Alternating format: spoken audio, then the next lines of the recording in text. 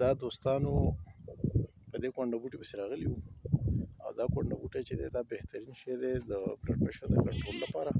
او دا اوس یو ملګری دی په چکوال کې دی د هغه دپاره لاشو کوو د هغه د بیمار دپاره بهرحال د هغه د خاطرې راختلي وو دې هغه ته او دا ډېر بهترین شیز دی رطوبتي والی چې لوندې خورې شینې خورې واته پاڼې سهار مازدیګر په نهاره د اوبو سره نو بلډ پرشر به بالکل الله پاک کنټرول کوي او چې وچ دې کو په سوري او په نهار دې یوه چمچه خورې سهار ماښام نو الله رب العزت پې بلډ پرشر کنټرول کوي ډېر بهترین شی دی موږ په سلګونو مریضانو باندې وازویو او حبیب صاحب دې الله پاک وبخي کوم چې د